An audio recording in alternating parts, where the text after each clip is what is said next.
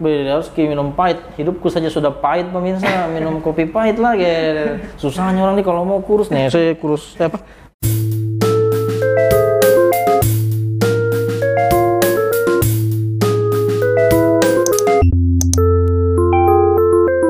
Assalamualaikum warahmatullahi wabarakatuh. Halo pemirsa, jumpa lagi kita di video konten terbaru. Nah, di hari ini kita akan membahas bagaimana cara menurunkan berat badan.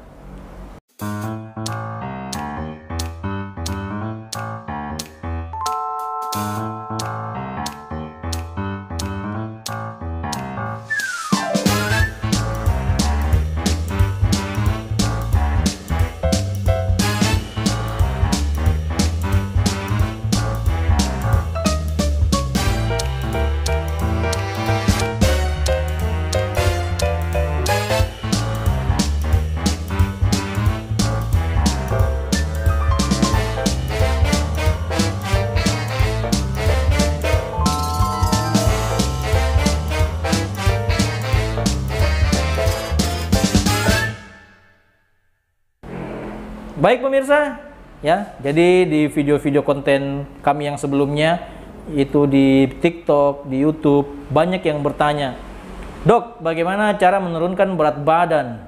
Nah, jadi selain kita baca-baca, saya menemukan narasumber yang tepat untuk menjawab pertanyaan-pertanyaan Anda. Tapi sebelumnya, sebelum kita kumpas lebih jauh bagaimana cara menurunkan berat badan, jangan lupa untuk like, komen, share, dan juga subscribe channel YouTube-nya ya, supaya bisa lebih berkembang. Oke, mau tahu siapa narasumber kita? Telah hadir di malam hari ini. Oke, telah hadir narasumber kita ya. Assalamualaikum warahmatullahi wabarakatuh. Waalaikumsalam warahmatullahi wabarakatuh, Dr. Helmi. Ya, Dr. Cacang.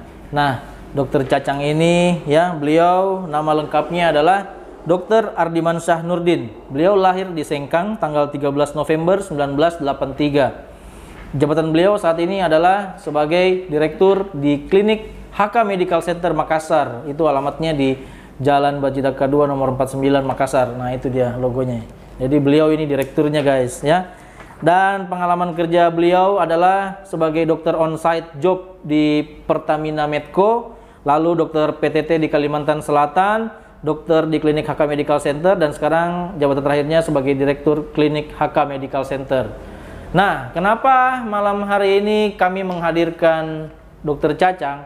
Karena semenjak saya mengenal beliau itu waktu dari kuliah, terus ketemu lagi 4 tahun yang lalu, berat badan beliau itu bayangkan pemirsa, yaitu sekitar 84 kg, Dok ya? Ya, 84 kg dengan tinggi badan 161 cm. Nah, ini Anda bisa lihat foto-fotonya ya, yang dulu-dulu kita tampilkan. Jadi kalau dari rumus indeks massa tubuh itu dia overweight atau berat badannya berlebih. Nah, lihat nih sekarang bodinya. Tidak tahu? Nah, foto-fotonya juga nah dibandingkan dengan yang dulu dengan yang sekarang sangat berubah drastis. Maka dari itu buat Anda yang ingin mengetahui bagaimana tips dan trik beliau, simak terus videonya sampai usai. Baik Dokter Cacang, ya. Apa kabar ini, Dok? Apa kesibukannya ini, Dok, akhir-akhir ini di zaman pandemi ini? Alhamdulillah kabar baik Dr. Helmi. Kesibukan tiap hari itu sama seperti biasa. Pagi jadi guru homeschooling buat anak-anak saya, sorenya harus bekerja di Klinik HK Medical Center sampai jam 10 malam. Jam 10 malam? Ya. Oh, jadi putri ada berapa ini, Dok? Alhamdulillah ada 2. Ada 2 nih, sudah kelas berapa ini? Yang tertua itu kelas 2 SD. Yang satunya yang bungsu baru masuk TK. Masuk TK nih. Ya. Jadi sibuk ini mengajar di rumah nih kalau ya, pagi-pagi nih. Ya, alhamdulillah. Baik, Dok. Nah, kita masuk ke topik ini. Bagaimana cara sehat dan murah menurunkan berat badan, Dok? Tuh. Jadi ini kan dulu dokter ceritanya berat badannya 84 kilo toh dengan tinggi badan 161. Artinya lebih gemuk dari saya. Kalau saya ini, Dok, 80 kilo toh. Artinya kita lebih gemuk lagi. Nah, bagaimana, Dok, perasaan tak waktu itu? Waktu gemuk sekali badan tak? Nah, jadi gini ya, waktu saya udah masuk kategori obesitas, berat badan saya berlebih, jelas perasaannya itu nggak enak, mager, susah bergerak, cepat loyo, terus duduk dikit kayak posisi gini tuh gampang susah nafas lah, Dok. Pokoknya bergerak tuh udah malas banget karena ya pastilah dengan berat badan yang berlebih mengurangi kelincahan lah tubuh untuk bergerak. Begitu. Jadi rasa berat sekali badan nih. Iya betul. Nah, itu hari celana ukuran berapa itu? Celana saya ukurannya sampai 32-33 dok. 32-33. Iya. Kalau baju? Baju pasti L. L atau nih. XL. Oh, itu besar sekali Iya. nih. Nah, terus akhirnya kan dokter ini bertekad untuk menurunkan berat badan toh. Kenapa dokter berpikir untuk berubah? Jadi mulainya berpikir untuk berubah itu dengan usia saya sewaktu itu udah umur 32 tahun, 34 tahun lah. Saya harus menurunkan berat badan saya mumpung usia saya masih muda. Karena kalau harus menunggu di usia 40 itu pasti udah susah untuk menurunkan berat badan, di mana metabolisme tubuh pun pasti akan sangat berkurang di umur 40. Jadi prinsipnya itu kalau bukan sekarang kapan lagi? Terus berat badan saya yang udah 80 dan 84 dan terus bertambah itu besok-besok pasti saya dekat dengan penyakit. Apalagi di keluarga saya itu rata-rata dokter Helmi banyak yang diabetes. Oh, diabetes tadi. Siapa yang diabetes, Dok? Ibu saya diabetes. Ibu diabetes nih. Saudara-saudara bapak saya rata-rata diabetes. Diabetes. Jadi itu yang dokter takutkan nih kalau dengan penyakit keturunan diabetes ditambah lagi dengan berat badan berlebih. Ya, betul, pasti resikonya naik berapa kali lipat, Dok? Iya, pasti. Jadi itu yang membuat dokter untuk bermotivasi menurunkan berat badan. Iya, betul. Oh, nah, terus bagaimana? Apa yang dokter lakukan pertama kali? Itu tepatnya kapan?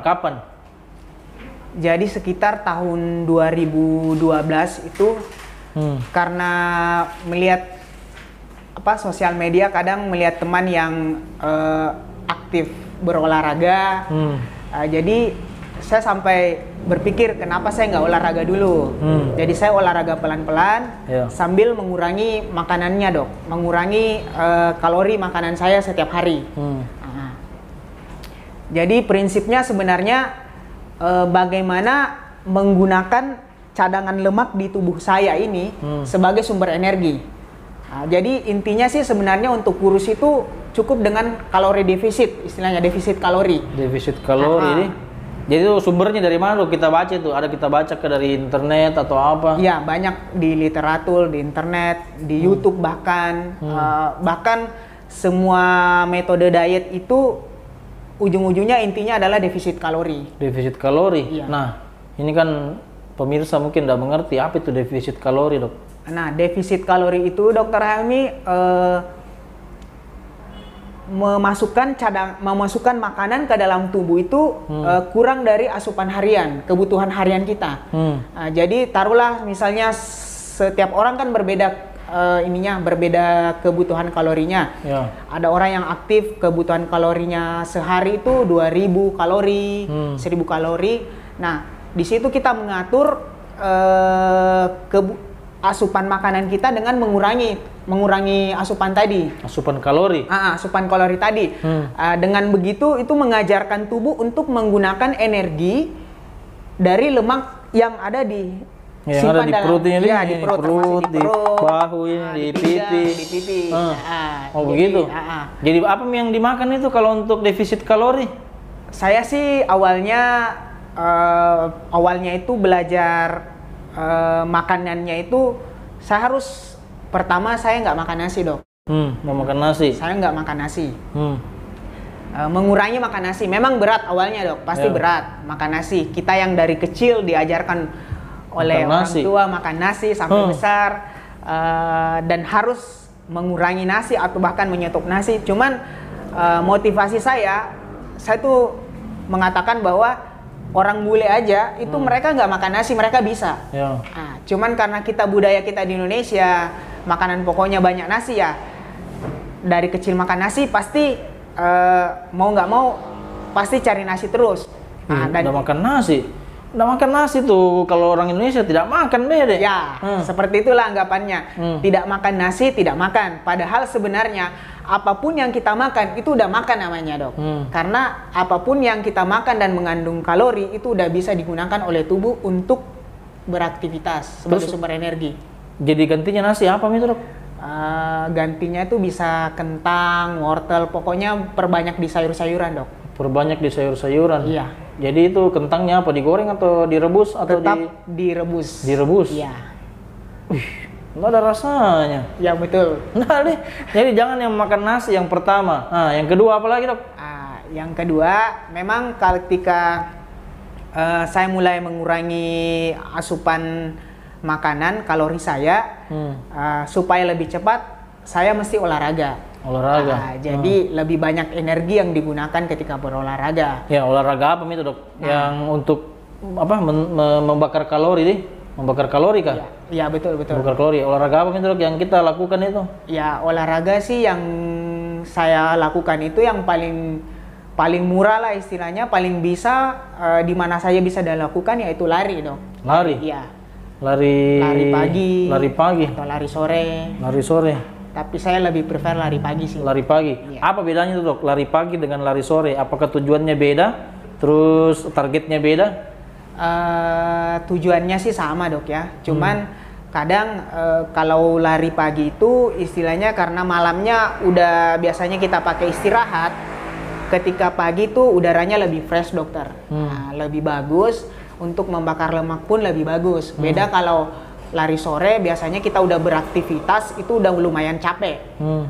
Terus ditambah lagi makan siang atau makan pagi, jadi dia kurang maksimal untuk membakar cadangan lemak yang ada dalam tubuh. Kalau apa itu? Kalau lari sore. Kalau lari sore, jadi lebih bagus kalau lari pagi. Ya, kalau saya saranin mungkin lari pagi ketika perut masih kosong. Perut masih kosong. Belum sarapan. Jadi sebelum lari jangan makan dulu. Iya. Nah, jadi bagaimana, Dok? Tips dan trik untuk lari nih, lari? Untuk lari sih gampang. Pertama ya pastinya harus bangun pagi dulu ya. Terus memilih sepatu lari yang tepat. Ya. Sepatu lari yang tepat. Iya, betul, sepatu lari yang tepat. Jadi bukan asal sepatu nih? Nggak perlu mahal. Murah banyak. Yang penting cocok. Nggak sampai bikin kaki blister. Terus ya lari aja, Dok. Dan saran saya untuk bagi yang baru lari, pemula itu intinya itu lari tuh jangan dipaksain. Jangan dipaksakan. Jadi dalam dunia lari itu ada namanya zona heart rate ya. Jadi kita sebagai pemula itu mesti lari dulu. Jangan mau kencang dari awal mau kencang terus tiba-tiba stop. Lebih baik lambat tetapi durasi larinya lama. Itu aja sih, Dok. Kalau nggak dipaksa nggak lari gitu, Dok. Karena harus dipaksakan itu, bangun pagi saja, cuci muka, mandi, pakai baju itu sudah dipaksa. Jadi memang harus dipaksa kalau menurutku itu. Harus dipaksa dulu untuk niat. Ya, betul. Niat dulu tuh. Betul. Nah, terus jadi selain sepatu apalagi, Dok? Baju kah? Ya, baju. Apa ikat-ikat kepala? Apa itu headset? Bagaimana itu, Dok? Itu sih cuma aksesoris tambahan aja sih, Dokter Helmi. Kalau pakai headset, saya sih sebenarnya nggak sarankan terlalu pakai headset ya, apalagi di jalan raya. Kan itu jujur sangat berbahaya ya. Sangat berbahaya deh. Kenapa? Karena jangan sampai ada kendaraan nggak kedengaran, asik kedengaran musik. Ini kan. Jadi tidak dianjurkan, Dok, dia untuk pakai saya untuk sih pakai tidak menganjurkan. headset itu. Terus apa? Itu yang untuk jam tangan itu jarak-jarak apa? Nah, jam tangan itu sebenarnya hanya untuk membantu melihat ini apa jarak tempuh ketika berlari, kecepatan. Cuman walaupun tanpa jam tangan masih bisa, Dokter. Sekarang HP pun banyak aplikasi yang bisa di-download. Bisa nih. Ada itu apa? Pace. Ya. Apa itu, Dok? Saya tuh sering lihat di status Pace. Berapa kayak itu yang dibilang orang, "Wih, kencangnya." Ya. Apa itu? Jadi pace itu waktu yang dibutuhkan dalam berlari setiap kilometernya. Jadi misalnya pace 5:30, jadi rata-rata dalam 1 kilometer orang ini berlari selama dia cuma membutuhkan waktu 5 menit 30 detik. Untuk 1 kilometer? 1 kilometer. Saya pernah lari pemirsa itu 500 meter langsung kram kakiku. Ternyata gara-gara tidak pemanasan. Ya, jadi betul. perlu kayak itu pemanasan, Dok? Perlu, sangat perlu. Nah, jadi waktu SD, SMP, SMA kita diajarkan oleh guru olahraga ya. Setiap memulai olahraga pasti pemanasan. Nah, saya sendiri dulu menganggap itu pemanasan itu apa ya, nganggap enteng lah. Nah, baru sekarang baru merasakan betul-betul gunanya pemanasan itu perlu. Memang perlu di. Jadi tips yang kedua kalau Anda ingin menurunkan berat badan adalah olahraga. Olahraga yang dilakukan oleh Dokter Cacang itu lari. Ya, jadi yang pertama tadi jangan makan nasi, yang kedua olahraga lari. Apalagi dok untuk menurunkan berat badan? Jadi sebenarnya kalau untuk dietnya dokter, apapun dietnya mau sekarang kan udah banyak, ada metodenya, ada yang apa sih namanya diet keto, ada DEBM, ada yang macam-macam lah sekarang, ada yang OCD, ada intermittent fasting. Intinya itu semuanya defisit kalori. Tetapi yang apapun sebenarnya dietnya, yang penting itu adalah konsisten dan disiplin. Itu aja sih. Konsisten dan disiplin. Iya. Oke, jadi harus disiplin dulu nih, karena kalau nggak disiplin ya pasti target tidak tercapai. Iya, lupakanlah. Nah ini selain makan nasi dilarang beda dok, katanya juga dilarang juga makan tepung. Iya betul. Tepung. Jadi ayam goreng nggak boleh? Apalagi ayam goreng, pisang goreng. Kalau saya sih pribadi, masih makan ya, cuman dibatasi. Dibatasi. Nasi pun sebenarnya bagi orang yang tidak bisa meninggalkan nasi, boleh makan nasi, tetapi dibatasi. Saya sendiri pribadi nasi itu bikin kecanduan. Nasi bikin kecanduan. Nagih. Jadi istilahnya habis makan hari ini, besok pasti mau makan lagi. Oh gitu deh. Nasi. Jadi mending saya sama sekali nggak makan. Nggak makan. Iya. Jadi jangan makan nasi, olahraga, terus dietnya juga diatur, harus disiplin. Ya. Jadi salah satunya tidak boleh makan tepung. Kalau dok, kalau goreng-gorengan, bagaimana menurut saya itu? Dibatasin juga dok. Dibatasi juga dibatasin. Nggak makan gorengan, nggak makan tepung. Sama nggak boleh juga minum manis dok Nah itu dia. Minuman bersoda, bagaimana itu? Ya salah satunya. Jadi bagi teman-teman yang mungkin mau diet atau ini mau menurunkan berat badan, minimal pertama itu menghilangkan kebiasaan meminum minuman manis yang banyak dijual di. Banyaknya itu enaknya itu dok, bersoda, apa lagi teh itu ya, segarnya itu. Betul. Apalagi minuman, nggak boleh semua itu. Bukannya nggak boleh dokter. Jadi kalau mau sebenarnya kebiasaan-kebiasaan seperti itu yang bikin kita itu kan gulanya banyak dokter ya, gulanya banyak, itu bisa menjadi timbunan lemak. Jadi menghilangkan kebiasaan itu lumayan bisa sangat berarti untuk menurunkan berat badan. Jadi apa yang kita minum itu? Apa yang kita minum? Cukup air putih saja. Air putih. Kalau air es boleh air es? Air es saya minum air es. Boleh Ji? Boleh. Jadi kabar gembira ya buat Anda yang suka air es boleh Ji. Yang penting air putih. Iya, betul. Betul nih? Betul. Jadi kopi apa nggak boleh minum? Kopi, kopi teh. Boleh, kopi boleh. Tapi nggak boleh pakai gula. Kopi pahit. Saya sendiri kemarin pakai gula ini sih, gula apa? Gula aren. Gula yang ini pemanis buatan. Tapi sekarang udah lepas juga. Lepas juga. Beda harus minum pahit. Hidupku saja sudah pahit pemirsa. Minum kopi pahit lagi. Susahnya orang nih kalau mau kurus nih. Saya kurus besar juga perut pemirsa. Jadi menyimak ini ya kita pelan-pelan juga. Kita harus bertekad dulu ini.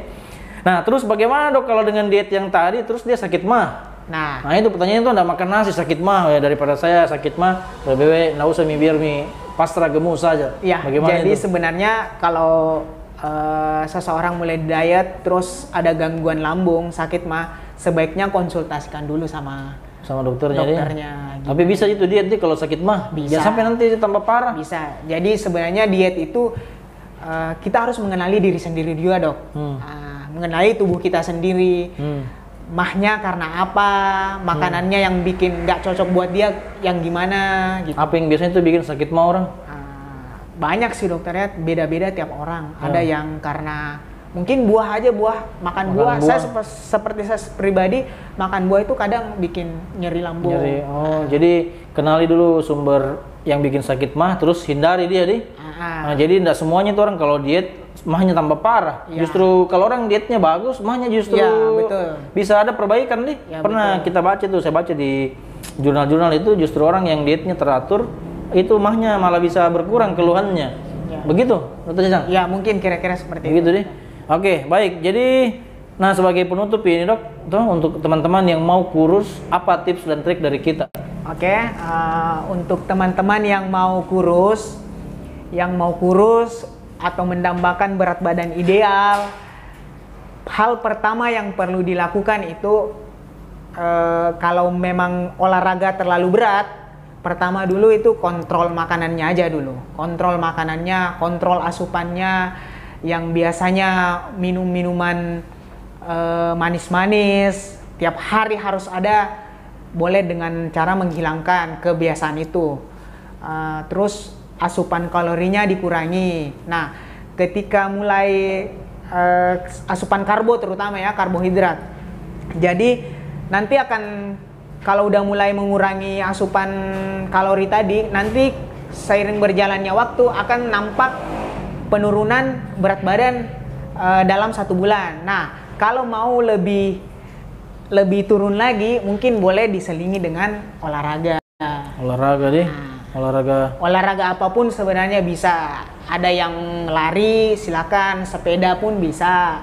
Tetapi sekarang yang sepeda tuh, saya lihat dokter ya, mereka olahraga sepeda, tapi setelah olahraga sepeda itu ke tempat makan itu makan besar. Makan palu basah. Nah, jadi sepeda memang berkilo-kilo, ya. tapi pas istirahat makan palu basah, terus minum kopi. Itu banyak kulihat itu. Jadi tolong, jadi olahraga yang bukan cuma sekedar olahraga, tapi tetap makanannya juga diperhatikan nih. Karena nggak ada gunanya tuh kalau kita sekedar olahraga saja, foto-foto gaya-gaya, tapi tidak betul. diatur pola makannya, pola hidupnya, pola hidup sehat. Betul. Jadi merokok Ki, dok? Merokok Ki? Saya mantan perokok. Mantan perokok. Jadi sekarang sudah berhenti juga, Di? Alhamdulillah sudah berhenti. Alhamdulillah. Jadi memang betul-betul harus bertekad kuat orang ini kalau mau hidup sehat nih, ini merokok berhenti, makan enak-enak berhenti, olahraga lari, aduh. Tapi ya itu semua tergantung kepada Anda ya. Jadi saya mendatangkan beliau itu supaya kita terbuka pikirannya ya untuk bisa hidup lebih sehat, lebih baik. Jadi buat Anda yang pengen menurunkan berat badan, nggak perlu mahal-mahal, harus ikut program inilah, itulah, berbayar tuh makanan apa. Bisa dengan disiplin dan tekad yang kuat, bisa terbukti pada dokter Cacang ini. Baik dok, apalagi kata terakhir yang kita ingin sampaikan sebelum kita tutup? Mungkin bagi teman-teman yang kurang jelas, mungkin bisa datang sendiri, nanya ke saya, konsultasi ke saya ke Klinik HK Medical Center. Jalan Bajidaka 2 nomor 59. Ya, nomor 59. Jadi terima kasih ya dokter Cacang. Jadi buat teman-teman yang belum jelas, ada yang ingin ditanyakan, silakan bisa juga tulis di kolom komentar atau bisa langsung DM di dokter Papa Deka. Jadi Papa Deka itu di sini ya, Papa Deka itu nama Instagramnya dokter Cacang. Atau kalau pengen lebih dalam lagi, silakan datang di sini. Ini semua klinik HK Medical Center, ini anggotanya ini pelari semua, kecuali saya. Ya, jadi beliau juga adalah anggota dari Pinisi Runner ya, Pinisi Runner. Jadi bisa Anda add di situ Pinisi Runner. Jadi kalau mau bertanya-tanya ya teman-teman Pinisi Runner, jangan lupa untuk subscribe ya. Subscribe. Kalau mau cari informasi silahkan bertanya seluas-luasnya. Baik, sampai di sini juga perjumpaan kita dokter Cacang. Terima kasih banyak waktu terima kasih penjelasan yang begitu jelas ya. Mudah-mudahan bermanfaat buat semuanya. Baik, sekali lagi kalau ada yang ingin komentar silahkan tulis di kolom komentar. Jangan lupa untuk like, comment, share, dan subscribe. Juga saksikan video-video konten kita selanjutnya. Sehat selalu pemirsa, jangan lupa untuk tetap pakai masker, jaga jarak, cuci tangan, dan kalau ke rumah mandi ya, untuk mencegah semakin meluasnya penularan COVID-19 ini. Akhir kata, billahi taufiq wal hidayah. Wassalamualaikum warahmatullahi wabarakatuh.